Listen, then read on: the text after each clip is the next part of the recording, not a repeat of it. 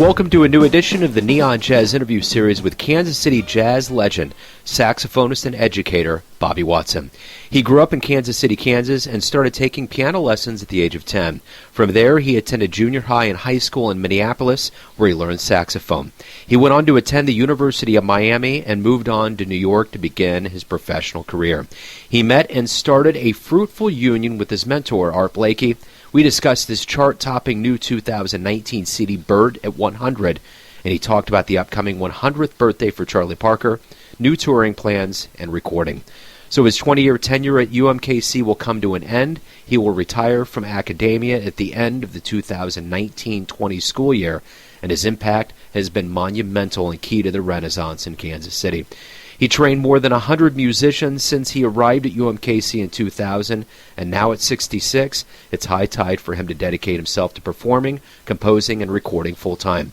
Take a listen to Bobby and dig this interview, my friends. Hey, Bobby, thanks for taking a minute out tonight. I appreciate it. You're welcome, Joe. Thank you. You bet. So let's talk about Bird at 100. This album is doing so good on the charts. Personally, I've listened to this thing. I've exhausted it in my car driving around. It's a beautiful recording. Power lineup. This had to be a fun record to make. Oh, it was. It was a lot of fun. And I learned a lot, just being around them guys, and especially Mr. Bartz, who's both our elders. He turns 80 this year, so it's amazing. Absolutely. Well, and obviously Kansas City's going to get geared up for the big 100 celebration. What does that mean to honor the patron saint of the jazz scene in Kansas City? Well, as I've been saying, it's a very fortunate time and blessed time to be from Kansas City and play alto. Absolutely. It just means, this is a once-in-a-lifetime event, in my, opportunity, event. I don't know what other word to use. It's just great. It's just stars flies up, Yeah. There's too many things to make it happen, and I'm able to be a part of it in many ways. So you're preparing for getting out to Europe and to do some touring with this. Talk to me a little bit about what you're going to do to play this live. We're doing something in Poland. The Polish musicians were just here first week of February, and then we're going over there, and I'm going to meet Vincent Herring and the guys, and we're going to do a concert over there. And then we got some other stuff around the birthday of Bird. On Bird's birthday, we're playing in Buffalo, New York at a concert, and then we're doing the Charlie Parker Festival in New York the next day on the 30th. And maybe something in Kansas City at the Folly in conjunction with the American Jazz Museum in November. I think it's the 7th of November, I believe. Right on. Yeah. So you were coming to the end of your 20-year tenure at UMKC. You're going to retire at the end of the 1920 school year. You've done so much for that program, and talk to me a little bit about your recollections of what it's been like to be there for 2+ decades. Well, it's been an incredible experience for me, as it changed my life in a lot of ways. I grew as a musician, being able to have access to any type of music I wanted to play. We could order it if we didn't have it.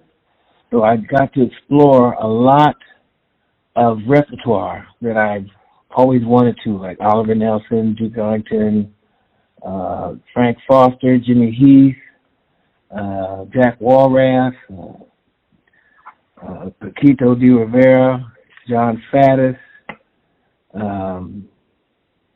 so many, Nicholas Payton, Sean Jones, Kenny Drew Jr., just to name a few. Curtis Fuller, we had him out here. Benny Golson, we did a lot of his music. Ron Carter, Joe Chambers, and having the band there, I was able to write for the band and doing the record, the Gates Barbecue Suite, and getting it on the jazz airplay charts up to #2, and watching all these students grow as people and as musicians.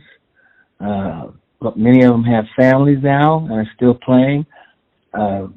Several of them, many of them, are teaching in different universities around the world. Really, around the world and around the country. New Hampshire, Nate Jordan, University of New Hampshire, Michael Schultz, I think it's Tennessee University, Louisville. So many, I was making a list the other day of students, and I have to continue. I couldn't finish it all. It's just so many. It's just overwhelming, Joe. Just the lives that we've been in contact. And the thing of it is, Joe, I didn't do it by myself. I have great supporting faculty. Bob Bowman was there. Todd Strait was there.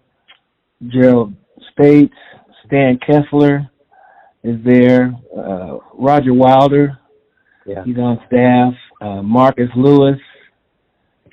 In the past, we had Horace Washington, Mike Warren. All these people have been involved. Dan Thomas, who was my right-hand man for many years, co-director, and he did a lot for recruiting and remodeling the curriculum. So I had a lot of help and support from the administration. So, I just have always tried to set the tone for the department and the environment that the students would have to work in, and challenge them to try to get that flavor. I just using my experience and trying to share that with them in a real life manner, just by my actions and the way I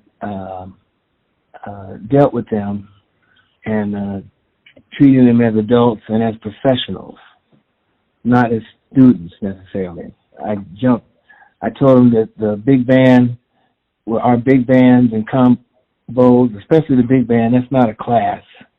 They're in my band.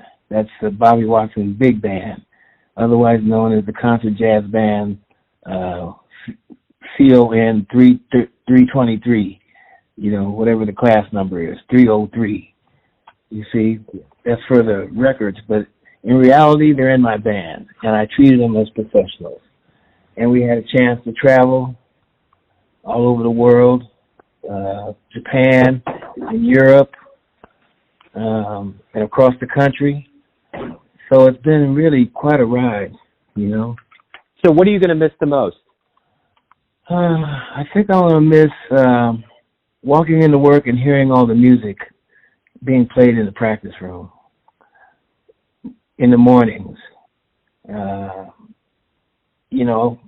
Some mornings you might not feel so up, but you walk in and you say, man, what could be better than this? It's raining cats and dogs outside, and it's 10 o'clock in the morning, and we're getting ready to talk about some music. And I hear all the students in there practicing, big cacophony of sound. And I said, man, I'm going to miss that.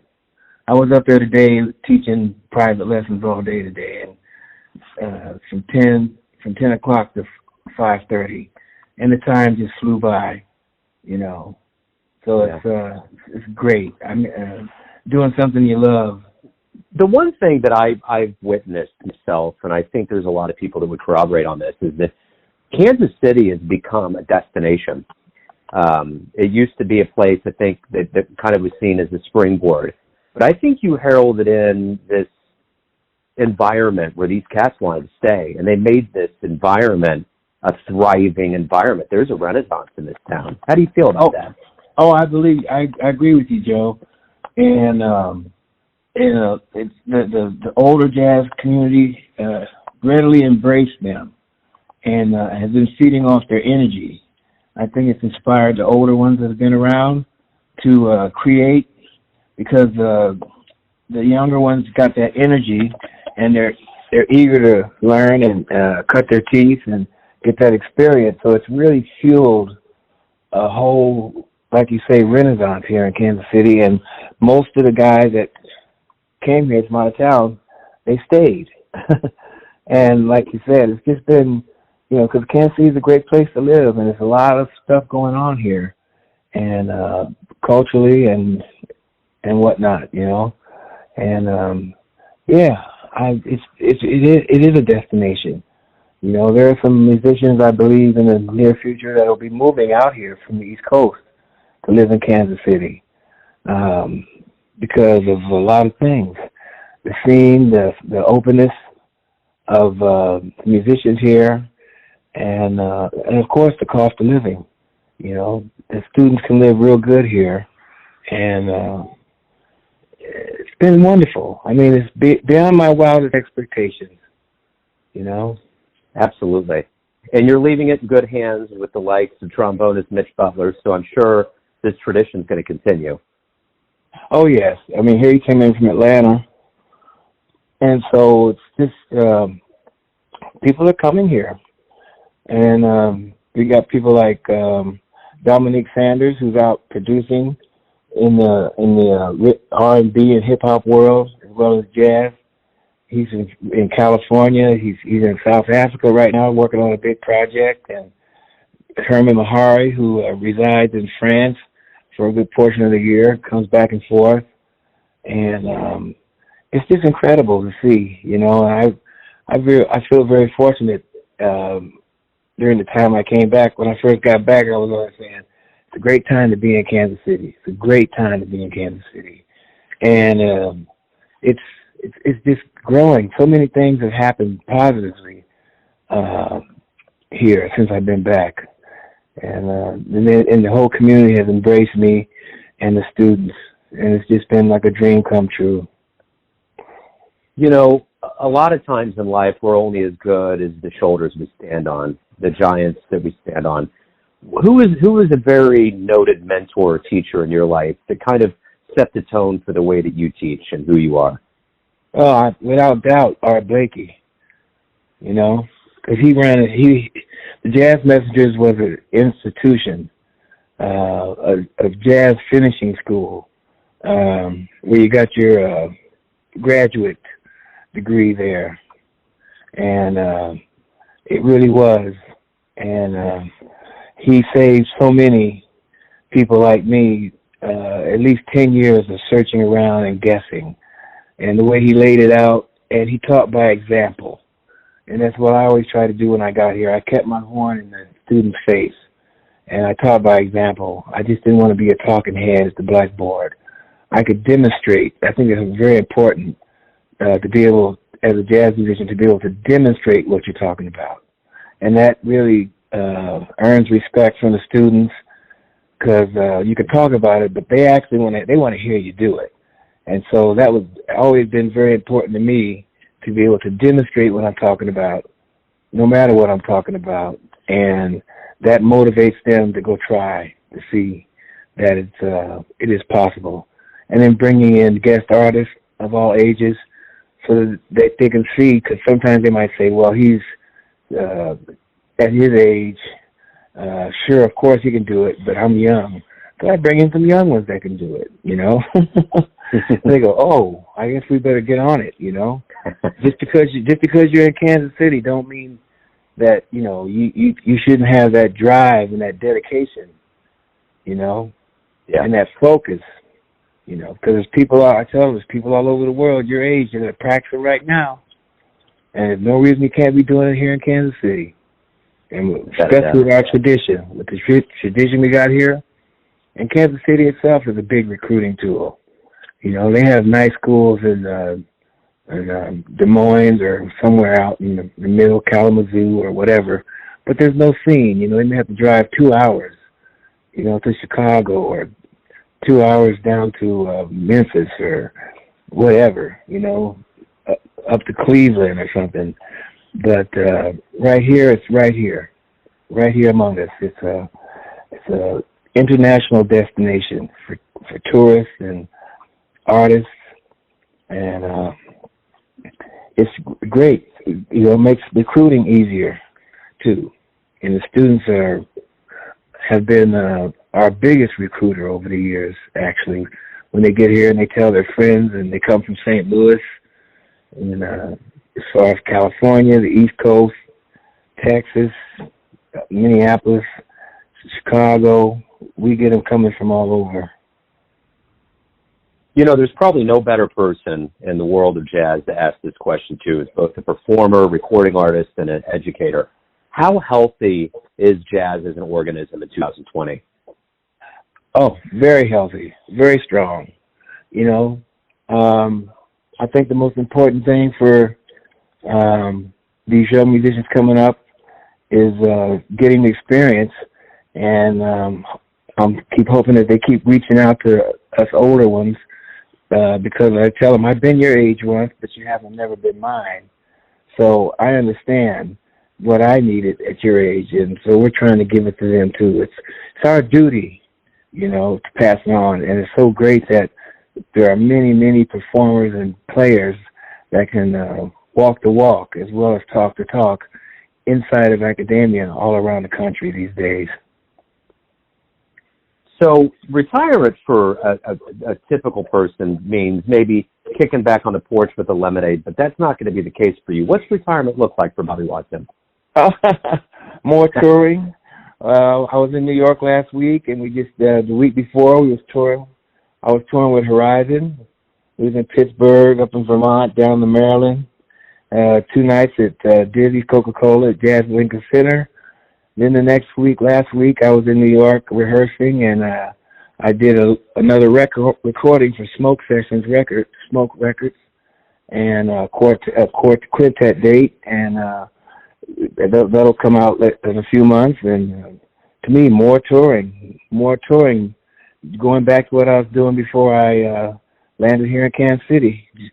Just more writing, more practicing, more listening, more studying, more traveling, just getting back to where I was before, you know, right. getting ready to fly again. Cool, very cool. So what do you like best about being a performer? What's the best thing about being on stage? I think taking the audience on a journey, making them forget about time, and trying to uplift them, and feeling the appreciation from them hearing live acoustic jazz, and knowing that it is still a vital and viable art form in terms of swinging and with acoustic instruments, and knowing that it is a proven formula and works all over the world. And it's great to get an audience that's saying that, man, I thought jazz, didn't think I'd hear any jazz like this anymore. And so we're holding the banner up, you know, and I just love playing for people that, you know, are listening and, you know, enjoying. You know, we don't want to sit on their hands, and, you know, it's not the opera. So, you know, if they want to go, yeah, they stand up or they start clapping or get up and start dancing a little bit. We just want to move people, and like Art used to say, wash away the dust of everyday life. We want them looking at their watch and say, my God, where'd the time go? Yeah, without a doubt. So what was one of the first live jazz shows that you ever saw that really made you think, man, this is what I want to do? Well, believe it or not, I think the first one I saw the Buddy Rich Big Band, when Richie Cole was in the band. And then I saw Phil Woods. I saw Count Basie. I saw Weather Report. I saw the CTI All-Stars here in Kansas City with Freddie Hubbard and Stanley Turrentine and those guys. I saw Grover Washington back in the day down at Union Station when they used to have jazz down there. They had a club. You know, the first one I actually saw live was Buddy Rich, though, in the big band up in Minneapolis. Man, that's beautiful. So let's say you have a dream tonight and you run into yourself like in your late 20s, early 30s, and you can give yourself one bit of advice. What advice are you going to give your younger self? That's a good question, Joe. I would say to my younger self, don't worry, be patient, and keep the faith. Stay positive, stay humble, and keep that horn in your mouth, and everything else will work out fine. Right on. So I think it's very evident and abundant in what you've done in jazz that you love jazz. But in your own words, why do you love jazz? I love jazz because I can express things on my horn and feelings and emotions that I can't put into words. So those are the things, whether it be sadness or joy or reminiscing or projections of the future, history, all that kind of stuff, things that I can't express in words, I can express through music, and jazz is the perfect vehicle for that. Because when you're up there, you're naked, and you're bearing your soul, and so it takes a lot of courage, and I like that. You know, you're out on a limb. You don't know what's going to happen each day, even though you know the music. It's always different, so it's always fresh. Cool. So everyone has their perception of who they think you are, your family, your friends, your students, your fans, but you're living your life. Who do you think you are? I'm a messenger. You know, I'm like a Pied Piper. I want to try to bring people in to the music. I want to try to heal people through the music. I'm just a messenger. I'm a scribe. When I write music, I hear it and I write it down before I forget it. So they call it being a composer. And yes, you have to have certain skills of the craft, as they call it. But basically, I'm a scribe. The one last thing I wanted to kind of weave into this, I was fascinated by this segment on the radio. I think it was either KCUR or maybe KKFI. And someone had asked you some final thoughts on teaching, and you had mentioned something about water. And it was fascinating how you explained it. And it was such a simple notion, but it was unbelievably profound. That I was talking about water being the new oil of this millennium. And so many people don't drink enough water. And that's the thing, over the years I learned to drink a lot of water. And that helps so many things in your body. I mean, you can drink tea or energy drinks or juice, whatever. That's not water. Water is the pure fuel for your body. So I encourage everybody to drink more water, because that's it's going to be at a premium. You know, just when they first started bottling water, that was weird. And we was up in Vermont the other day, and it's hard to find bottled water up there. I mean, I'm sure they know how to get it, but I say, hey, we're in Vermont, we can drink the water right out of the tap, and believe it or not, Manhattan has some of the cleanest water. Manhattan, wow. New York has some of the cleanest water in the country. Wow. You wouldn't think so. Mm-hmm. Wow. But just being able to drink, so I always try to drink even tap water where I'm at. There's very few places where I wouldn't drink the water. Yeah. Like Flint, Michigan or something, but Right. Yeah, right. Yeah. But that's fascinating. Yeah, that's wild. So my final question to you is this. What do you like best about Kansas City? I like the open space here. I like the pace. People are friendly, it's my home, so it's hard to say, Joe, I'm home now.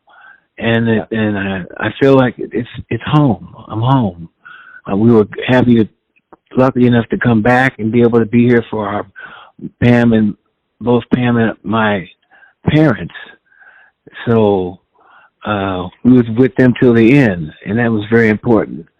And I've had offers to try to put my name in the hat for other jobs like Juilliard or UCLA or Oberlin.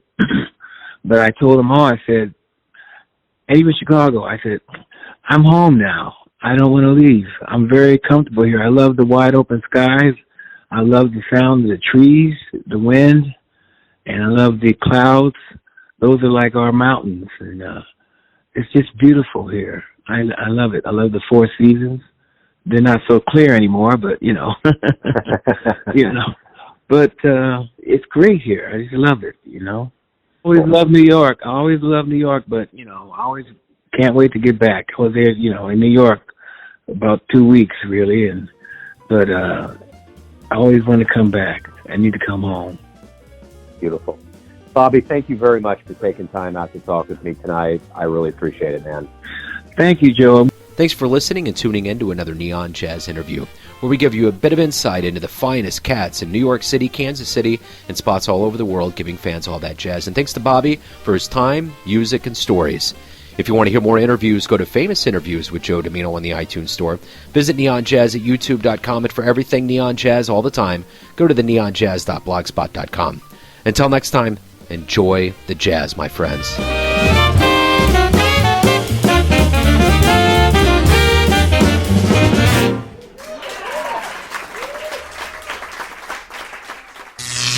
Neon Jazz.